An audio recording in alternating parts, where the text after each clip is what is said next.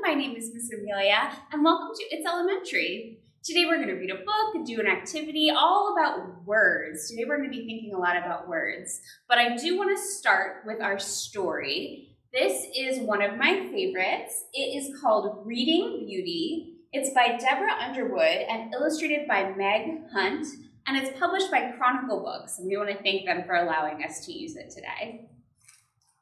So Reading Beauty is a little bit similar to a story you might already know. So as you're listening, think about it and see if you can figure out what story this is a retelling of. Here we go. Once upon a planetoid surrounded by book lovers, a princess, Lex, read morning, noon, and night beneath her covers. Lex's bedroom brimmed with books. She read them at top speed. She even trained her puppy, Prince, to fetch her things to read. But on her 15th birthday, Lex awoke. Her books were gone. She raced to find her parents. Make them stop. What's going on? They answered with a story. Long ago, when you were small, we held a celebration and invited one and all. But while the guests were toasting you, we heard a muffled shout. A fairy burst in, furious that she had been left out. How could you not invite me? I must say I'm rather miffed.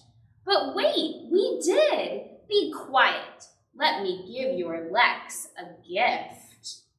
Like all you wretched readers, Lex will live for reading, but when she's 15, she'll flip a page and get a paper cut. The paper cut will bring a curse, a death-like sleep will take her. She'll stay that way forever, only true love's kiss will wake her. Oh no, terrible curse. That's why we hid the books away, her mother said, dejected. For any book could cut you, and you need to be protected.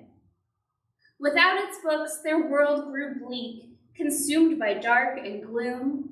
Lex watched the shadows spreading from the windows in her room. It's all my fault, she said to Prince. I can't let things get worse. I'll fly to find the fairy then. I'll make her break the curse. Prince's nose picked up a scent. Good dog, those books, I need them. We'll bring a bot to pack them up and hold them while I read them.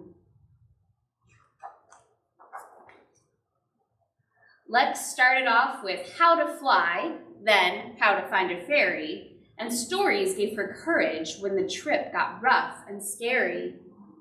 Meanwhile, in her fairy lair, the fairy shrieked, It's Lex! She won't get me. I'll stop her with the thorny hedges hex.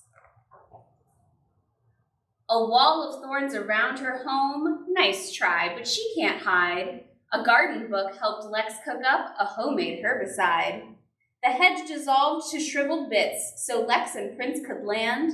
The fairy said, That girl is doomed. I've something special planned.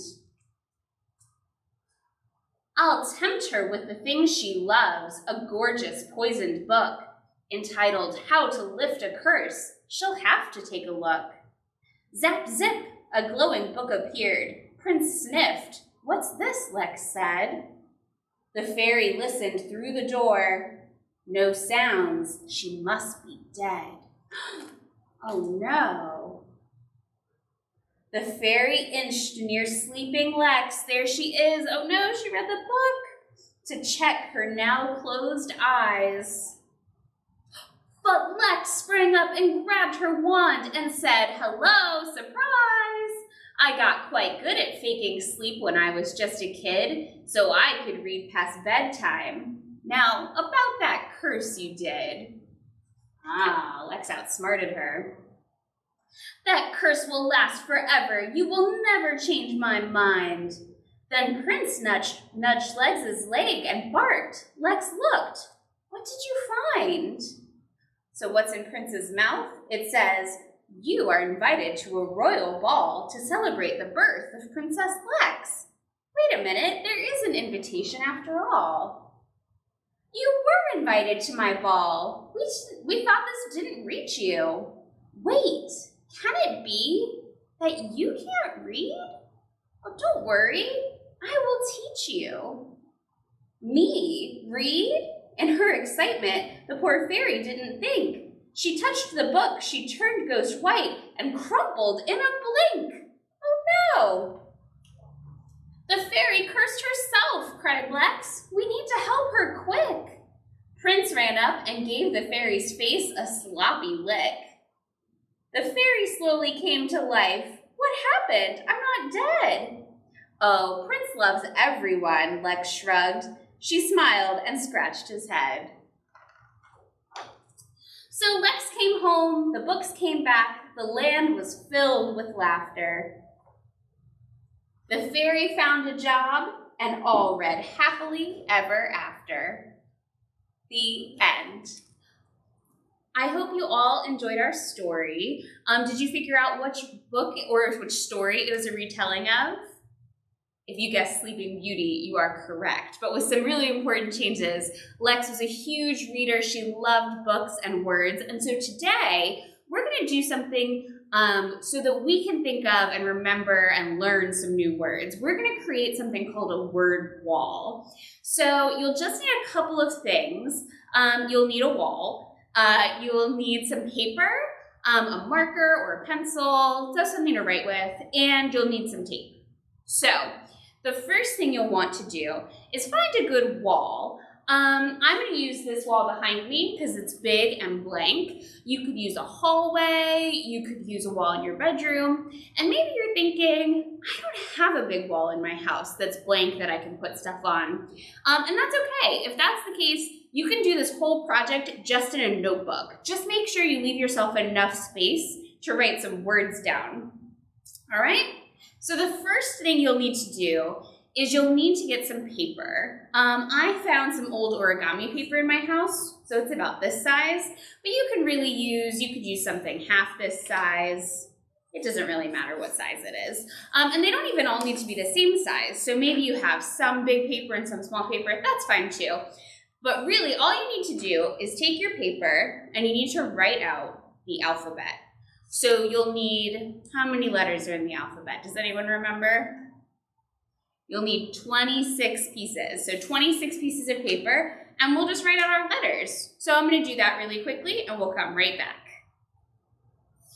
All right, so now we've got our letters all written out.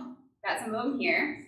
And what you're going to want to do is you're going to want to hang them on your wall. Now, make sure you ask a grown-up before you put tape on the walls, but I'm going to put tape on the walls here. If you don't want to use tape, you could maybe use sticky tack. There's lots of different ways to stick stuff to walls. So we're just going to take our letters, and with a little bit of tape, we're going to hang them up. It's okay if they're crooked. They don't have to be perfect. They just have to stick.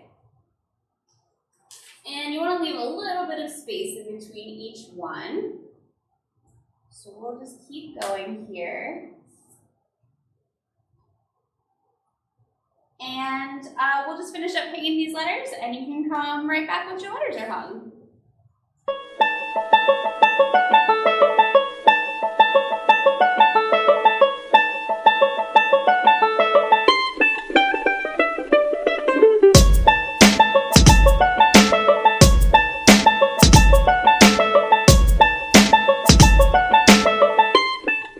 So once you have all of your letters up, what you're going to do then is you're going to think of words. Maybe there are words you've heard recently, or maybe there are words you read in a book. I picked 2 words from the book we read earlier, Reading Beauty. One of the words that I didn't know and we had to look up was the word dejected. Dejected means sad, kind of let down, a little disappointed. So dejected. So that word, dejected, starts with the letter D. So what you'll do with your word wall is you'll take your new word and you'll take a new piece of tape and you will hang it up. So we'll take dejected and we'll hang it right under D.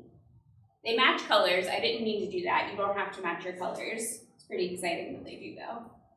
Then I have another word we learned from our book, herbicide.